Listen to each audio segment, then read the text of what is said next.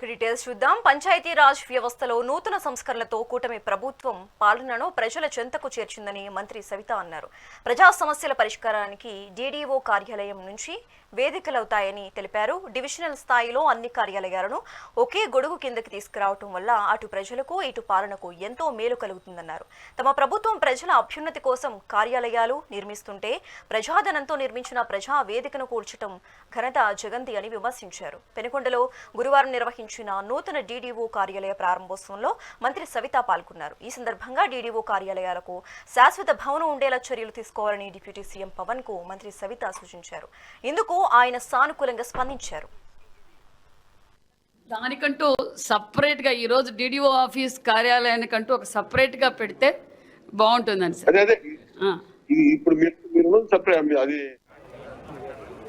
గౌరవనీయులు deputy CM Pawan Kalyan గారి చేతుల మీదుగా డీడీఓ ఆఫీసులన్నీ కార్యాలయాలన్నీ 77 కార్యాలయాలు కూడా ఓపెన్ చేయడం జరిగింది.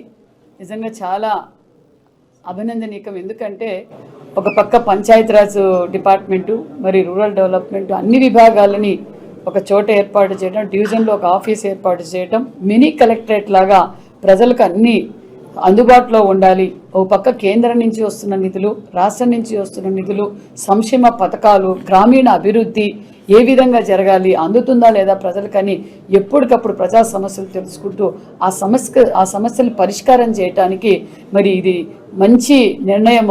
మరి డిప్యూటీ సీఎం గారికి కూడా ప్రజలందరి తరఫున ప్రత్యేకతమైన ధన్యవాదాలు. దానితో పాటు మరి కొన్ని సంవత్సరాలుగా డిపార్ట్మెంట్ అధికారులు పడుతున్న ప్రమోషన్స్ రాక వారు పడుతున్న సమస్యలన్నీ పరిష్కారం చేసి వాళ్ళందరికీ ప్రమోషన్స్ ఇవ్వటం కూడా మరి అధికారులు కూడా చాలా హ్యాపీగా ఉన్నారు.